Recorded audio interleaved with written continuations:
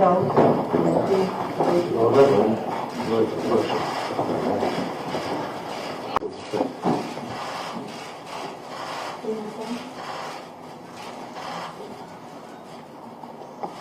Благодаря ви.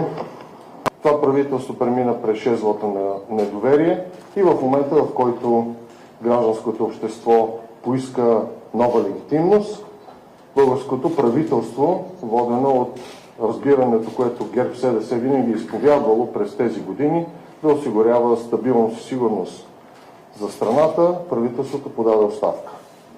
Това не го разглеждаме като политическо отстъпление, го разглеждаме в рамките на духа на демократичните традиции, които следваме последните 3 десетилетия, а именно устойчиво развитие на България и избягване всяко разделение в обществото в целите и в името на търсенето на благоденствието на българският народ.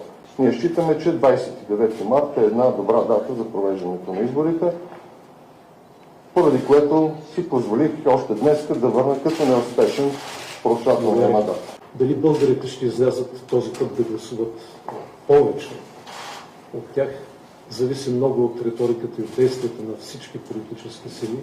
Зависи до голяма степен и от действията от тук нататък на вашето правителство, защото макар и оставащият малък живот, всеки ден е изключително важен, вие го съзнавате, предвид сложната външна и вътрешна политическа обстановка. Затова казвам още веднъж, че е критично важно в тази обстановка ръководеното от вас правителство да продължава да изпълнява в пълен обем своите задължения, така както го очаква обществото. И също така от действията и на вашето правителство зависи тази подготовка за честност и обективност на един изборен процес. И аз се надявам, че вие ще положите необходимите усилия. С това обявявам мандата наистина за нереализиран. От тук нататък минаваме към връчване на мандат на втората по численост парламентарна група. Това ще стане в близките дни.